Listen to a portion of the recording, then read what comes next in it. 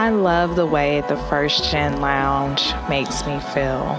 Because it creates a space where I belong, where we're able to create community. The fact that it's a community. It's a safe place. It also gives me a place to understand different perspectives. The stories of these individuals prescribe transformational perspective. I receive encouragement, enlightenment, empowerment. And also serve as a catalyst to just keep going. Where we're able to be our true selves. I'm allowed to be an unapologetic First Gen. And above all else, tell our story. And every episode is unique. I love it. I'm your host, Dr. Eve, and I'd like to welcome you to the First Gen Lounge.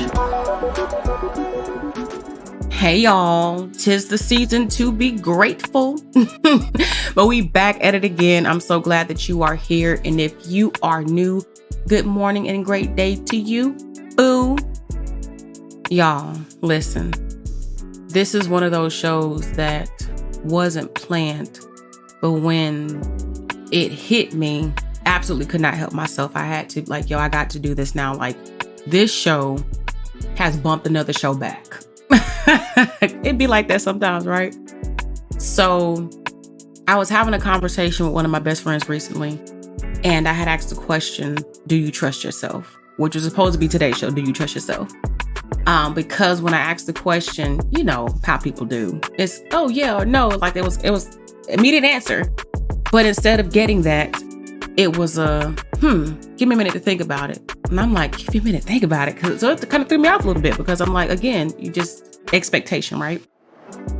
So as they were thinking, they eventually came back and they gave me an answer, which, was very robust and very thoughtful. And it challenged me to think about what it means to trust oneself. So the question was thrown back to me, and then came a challenge. You're like, do a show about it. And I was like, what? Then I'm like, but it's a great idea. Why not? And I've been really working on this show and again, being internal and thinking and wondering and pondering on what it means to trust yourself until a few days later when we had another conversation. And I had shared something with them that felt for me scary. I don't want to say this thing out loud, but here I am and here it is. So I'm just going to say this. So what I said to them, I did. And I was like, I'm proud of myself. Look at me being a big girl.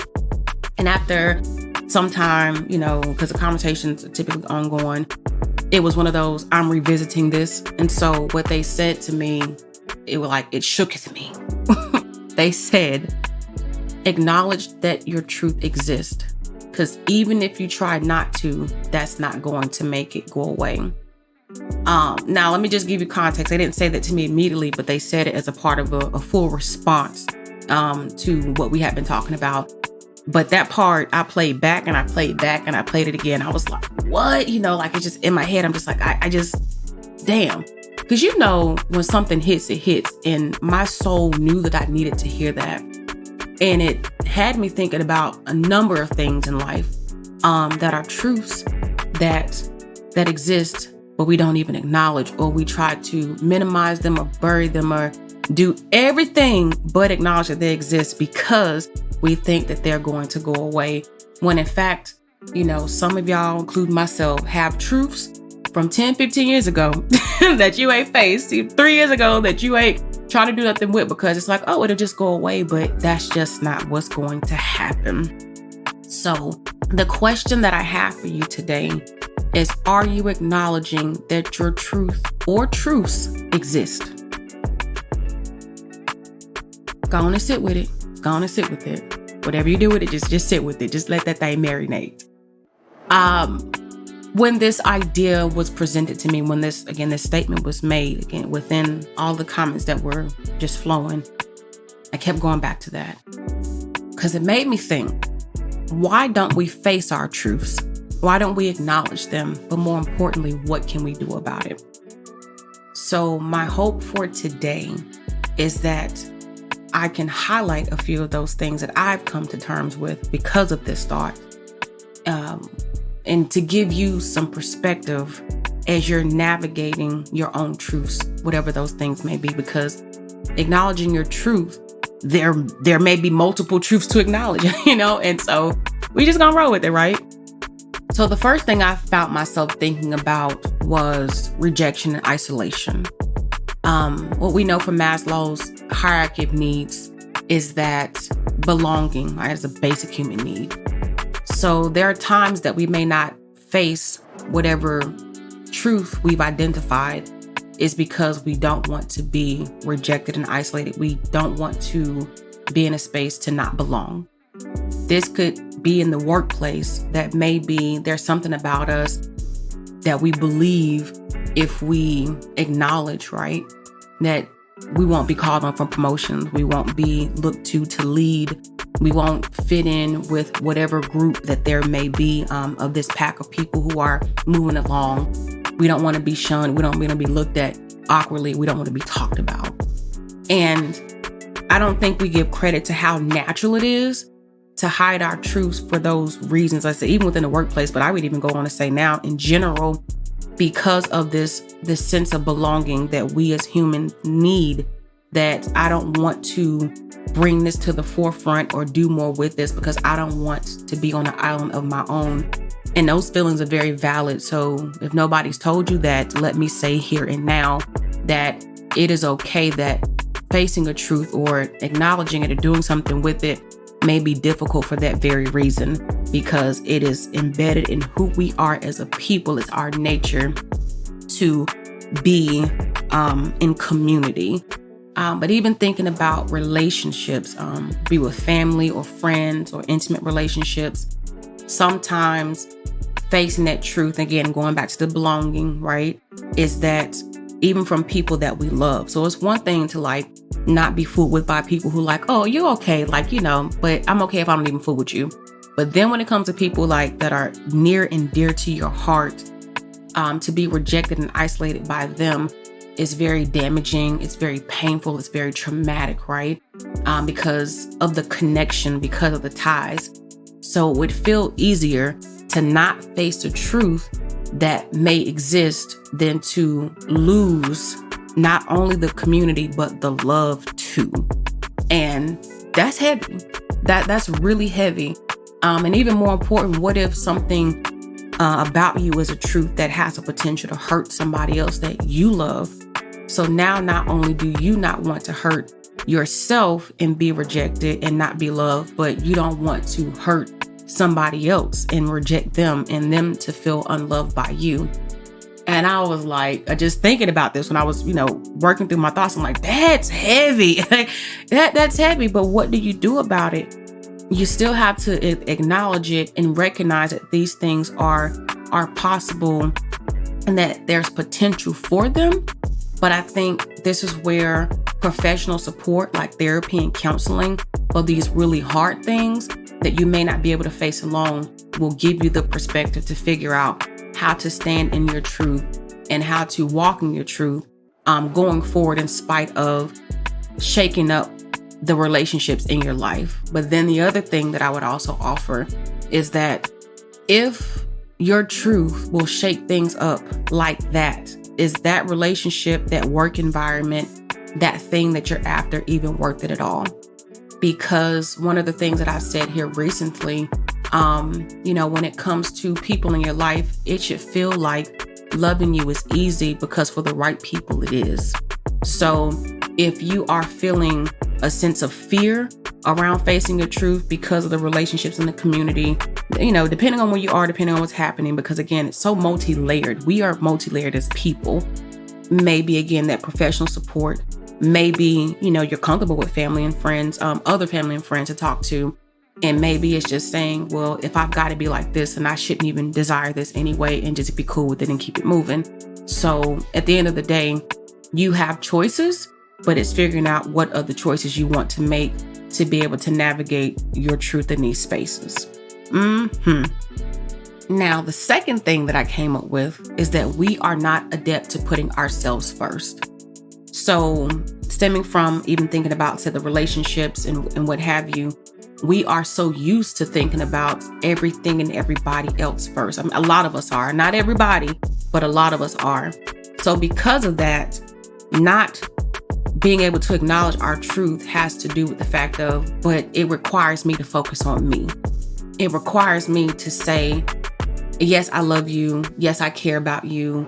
Or yes, I'm passionate about this work. Yes, I really enjoy this project, but here's where I am right now. And this is what matters most right now. And me is what matters. Choosing me is what matters. And we talk about self-care and putting ourselves first. And yes, it seems like such an easy concept, right? Put yourself first, put yourself first. Because I'm somebody who's told y'all several times, put yourself first. But I fully recognize that it's not always that easy. So let's not take away from the fact that putting yourself first, because as people who care, right? Period. When you care about something, someone, some things, like just all of it, right? You're looking at your life as a whole. What does this decision really mean for me? What kind of domino effect is this going to have?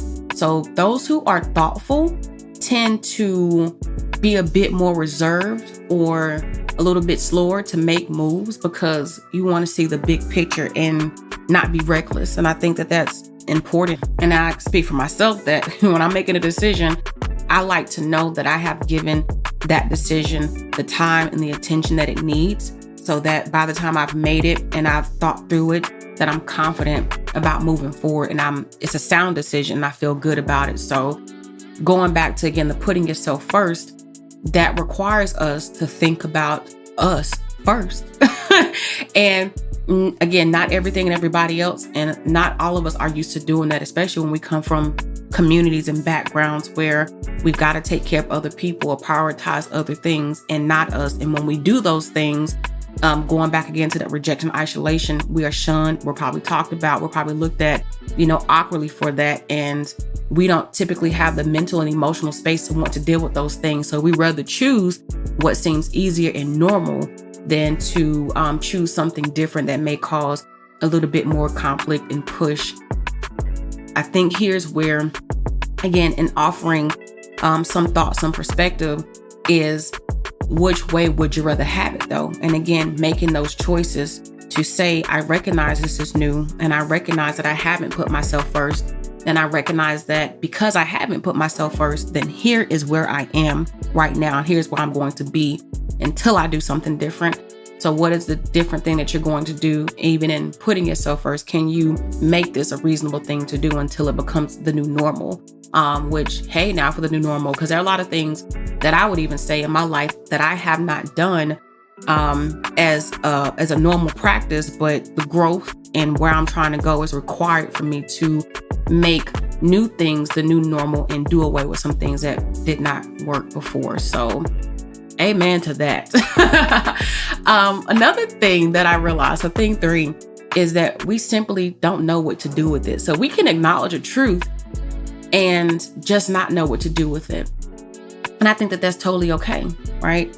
Because we think that I don't know what to do with this, so let me not even worry about it. But sometimes the acknowledgement itself brings it to the forefront and just allows your brain and life itself to process whatever that thing is.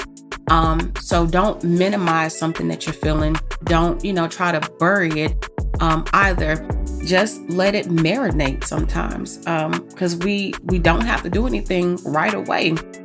Sometimes the acknowledgement is enough in itself, because the acknowledgement is the thing that gets you to start to think about things and maybe how you want to move. And I hate that we live in a society, in a space where there feels like so much pressure to have the answers, to know what to do right here and right now. But it's okay that you don't. And we should hear more that it's okay. Like, yes, I encourage you in this space to figure things out, to put yourself first, to practice self-care, to do things. But I think about something I was telling my brother the other day about what my grandma said to me when I was younger. That's really stuck with me. I can tell you and you'll hear me, but when you're ready, you'll understand. So at the end of the day, when it comes to acknowledging whatever truths exist for us in whatever ways that they do exist, when the time is right, you'll understand what to do with it. You'll know what to do with it, because it'll be no question, no doubt about it. So ease up on yourself from trying to have it all figured out right now and today. And as soon as it comes to mind, I got to do something with this. Sometimes you're doing something with it as saying, I'm going to journal. I'm going to talk to my therapist and my counselor, my psychologist, right? I'm going to have a moment and talk to my significant other. I'm going to call my best friend, or I'm just going to go to the park and sit on the bench and watch the ducks in the lake and just be with myself in this. But I don't have to make a decision right now. I don't have to feel forced to make it happen in this moment unless there's just something else that's happening that's requiring that you need to do something with it. Then that's the only reason that you should feel that you have to be rushed. Because I find myself in some instances feeling like I've got to do something now. I got to do something now. Take action. But taking action, and we've talked about this, in the last episode, when you're making home improvements, right? When you're making changes in your life, there may be several things that need to happen for you to make a significant change. So there's small changes, small things that are happening along the way. But again, giving yourself credit for the fact that, hey, I recognize this thing to be a truth. I don't know what to do with it, but I also don't have to do anything right away. But if I feel like I need to do something, then here is what I feel like I need to do right now, and do that. Or just, again, be content with just being in wonder. The other thing that I found myself thinking about when it comes to acknowledging our truth, and this is thing number 4, but we are living in a day and age where, for whatever reason, because whatever, but everything has to be a public statement. Everything has to be put on a billboard or be put on a video, to be put on social media, to be blasted. And I can get that can feel like pressure, to feel like there's something about you that's a truth that exists, and then you got to tell the world about it. You want me to tell you something? The world can mind their damn business. Well, they really can, because at the end of the day, it is your truth, and it's up to you to choose what you want to do with it, how you want to live with it, how you want to go about it. So there's no need to feel like there's pressure to acknowledge your truth because you've got to tell everybody about the truth that you've come to know. That's just not true. It's just not true. So let that go. Let go of that idea, that concept that there's something about you that that you are aware of, and it matters to you. And now I got to call my mama. Now I got to tell my sisters, no, do you? And I think there's this thing about, okay, well, if I acknowledge my truth and that it exists, am I hiding my truth? Is it a truth that needs to be broadcast? Is it a truth that needs to be public? And even if you do decide to make said thing, a thing that everybody needs to know, that's on you. But why? What's the benefit of it? What is it going to do or change? And sometimes those truths are just hey, my truth today is that I don't like my hair like this anymore. My truth today is that, no, I don't think I'm cut out to be an educator. Is it even necessary to broadcast it, to make it a PSA? So even that alone should be something to help release you of the pressure of acknowledging whatever truths may exist, because they don't have to be things that are made grand. And, we live in, again, a day and age where people are encouraged to speak their truth and share your truth and tell your truth. And I get it. I'm not going to say that. I get it. I see this, especially again in the digital world, creating community and belonging, and those things matter. But again, that just don't have to be you. It doesn't have to be that, education no longer fits for me, so let me tell the world. I no longer like my hair black, let me tell the world. I've discovered that my view about this particular thing is no longer what it used to be, so let me do a video and put it on blast. No, your business is your business, shawty. And it's not even a necessary thing, because again, perhaps it is that your truth is something that you just hold for yourself and you move in the world accordingly. And again, everybody was mind their damn business. So that's just why I'm going to stand by that. Okay, people mind their damn business. But we live in a world where there's pressure for everybody to be in your business. And I get that can be a very conflicting thing, folks. So I'm not going to take away from that. But here is Decide if you've needed it today, that is cool. If there's just stuff that you just want to keep to yourself. And it would be like, oh, well, that's obvious, right? I mean, depending on who you're talking to. But here's the thing that I would also say about that. To not share your truth publicly doesn't mean that you're hiding something. That's what I really want to get at. It doesn't mean that you're trying to be secretive, that why didn't I know? Well, the people who's supposed to know whatever they know, they gonna know. That's just what it all comes down to. So don't feel like you're hiding or withholding information simply because there's something that you now know about yourself, or something, again, that you are acknowledging that you just don't feel the need to, write a book about it. So that's all I'm saying. But listen, the fifth thing, and we're going to get into this and get right out of it. We often don't acknowledge our truths because we think that it's not the right time. And something I said recently, think about things that I've said, so I'm bringing it here and put it here.